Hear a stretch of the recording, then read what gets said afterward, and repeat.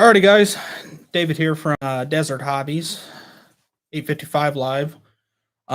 Today, I am going to be talking about the TRX4 Sport. These are not the TRX4. This is the Sport model. So the big difference between this and the TRX4 is really the two-speed transmission and the locking and unlocking dips. Also, the price is a little different too. So get into depth on this one. This one has been modified. Show you guys under the hood.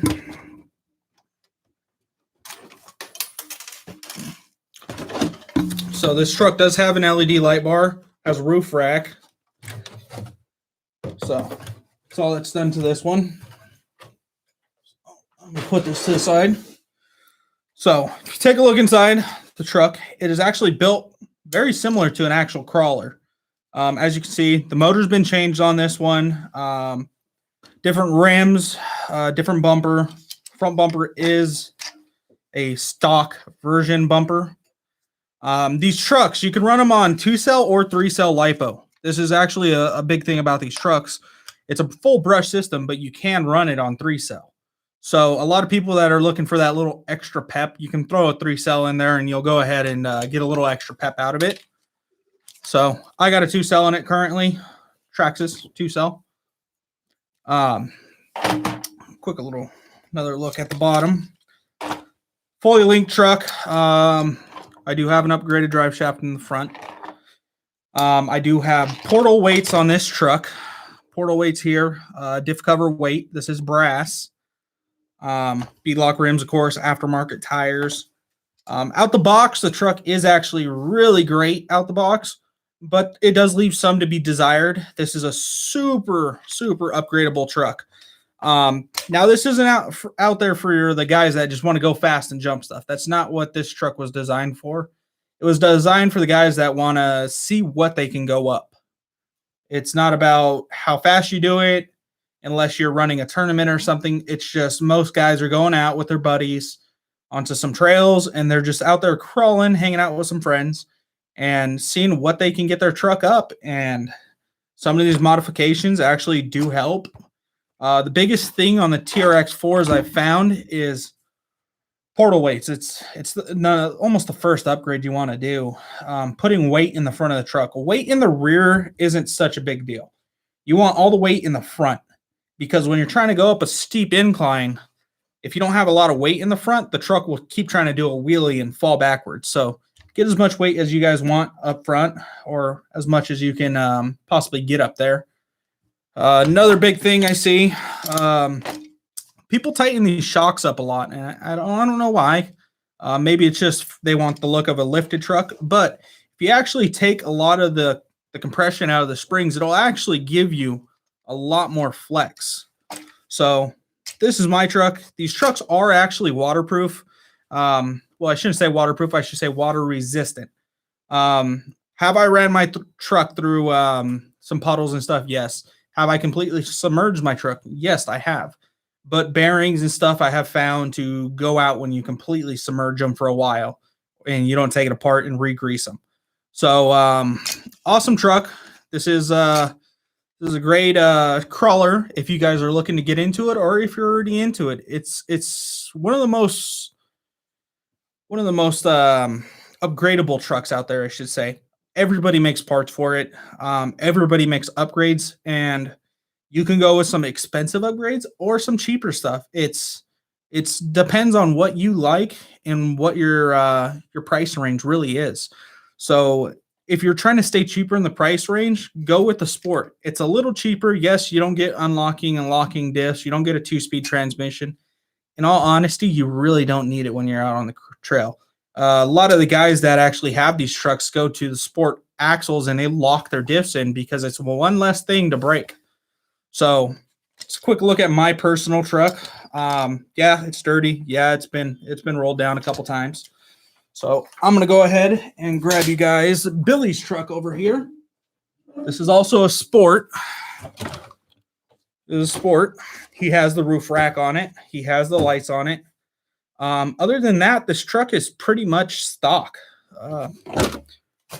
All these upgrades that are on it are actually offered from Traxxas themselves. This truck is basically as stock as you can get it.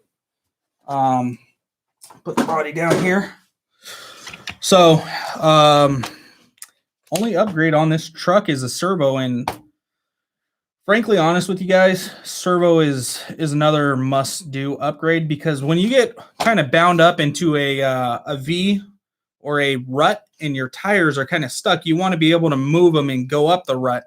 And with the stock servo, it just gets stuck, and you'll be fighting the truck. So with these upgraded servos, it's really nice just to be able to turn the tires when you want on demand.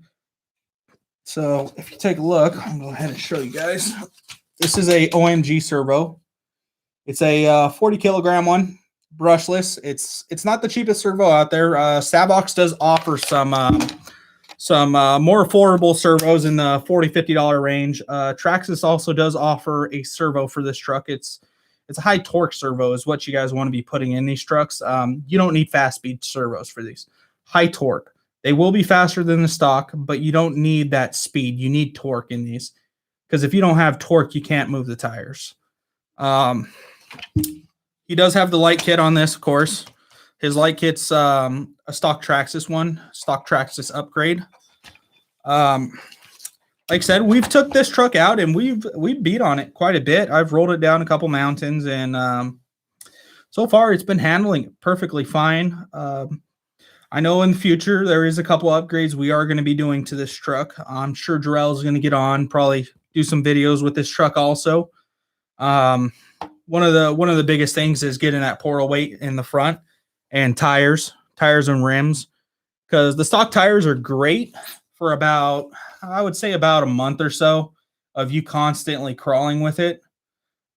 Just eventually the tire itself is fine. It's the foam inside starts to break down, and it's almost like you have a flat tire. So when you get onto a really steep incline or like a really steep bank, like you're trying to go up the side of a hill, the side wall just completely flexes over and falls over. So a lot of people actually take these and they will boil them in hot water, and the glue will come off. They'll unglue these stock tires from the rim. They'll put Proline 2-stage foams in them, which fixes that problem. They'll re-glue them and keep running these. So the tires themselves are actually really great. You do have to break them in. So these tires out the box, they're going to feel a little hard and stuff. The more you run it, the better they get, the softer they get. Soon as you do decide to either upgrade the tires or put the Traxxas, or sorry, Proline 2-stage foams in it, it's actually going to help you a lot on the hard inclines and stuff when you're trying to go the side of the mountain, run long ways with the mountain. It'll prevent the truck from leaning over, because you get like that, and if the foam inside's completely disintegrated, it'll just push the side of the tire over. You'll hit the rim and you'll just flip all the time. So Proline 2-stage foams, I think, is a must-have for these. Upgraded tires, it's up to you guys what your budget is. I personally have took these stock tires out of the stock foams out of the tires before. All you do is get a pot of boiling water. Go ahead, put the tires in there for a couple minutes, and then you pull them out. You're going to want to have some gloves or something to protect your hands from the hot water. And then you're going to just push on the bead here, and it'll pop the bead off, and you can get the stock foams out. You're going to go ahead, put the Proline 2 stages in there, re-glue them, and you're ready to go. Another big thing for these trucks I've seen a lot of problems with is these drive shafts. What happens is actually the drive shaft itself will start getting ground down by rocks. A rock will get stuck in there, or you'll get stuck on the side of a rock, and you'll keep going, and it'll just grind down the stock drive shaft because it's plastic. I'm trying to RPM. RPM makes some great drive shafts for this. There is some other options. That's what I went with personally. I would actually do that if you guys are like out the box looking for upgrades. That's something I would do. Of course, the portal weights I've said. The servo I have said. This little differential cover, they make it in brass. I believe Hot Racing makes it in brass. There's a couple other companies, but I found Hot Racing to be a fairly affordable one to do. So a lot of people do that too. I know a lot of people too, they want to put weight up high. You don't necessarily want to put weight up high on these trucks. The lower you can get the weight, the better it is, because then it makes it less top heavy. So of course, if you do the differential cover, you do the portal weights. I believe Hot Racing also makes those. You have to be careful what car you have though, because Hot Racing makes a kind of the one that's on my truck. Actually, I'll show you guys. So I don't know if you guys can quite see that, but the one that's on my truck, some stock rims, these will not work with. So you have to be careful on what you buy with them, because some stuff doesn't work with the stock rims. You can always just do the portals themselves. Other than that, I haven't had very many problems with these. I've had a sport, I've had a regular TRX4. Both of them were great to me. The only thing I really broke on them was I did bend a link, but that was me, of course, rolling it down a hill. I literally bent it back myself. I've broke a drive shaft. I broke servos. But other than that, the truck's chassis itself is phenomenal. It's actually very, very strong. So this is the TRX4 Sport. We will eventually get you on a TRX4. I will show you guys some TRX4s in here, because there is some difference between them. Also, too, this is the remote for them. These cars, it's almost like a cruise control setting. So if you're going down the trail and you hit set, let off the remote, it'll keep going. You don't have to sit there and hold the trigger the whole time. And then when you're ready to stop, tap the brake and it shuts it off. So that's another cool feature about these trucks here.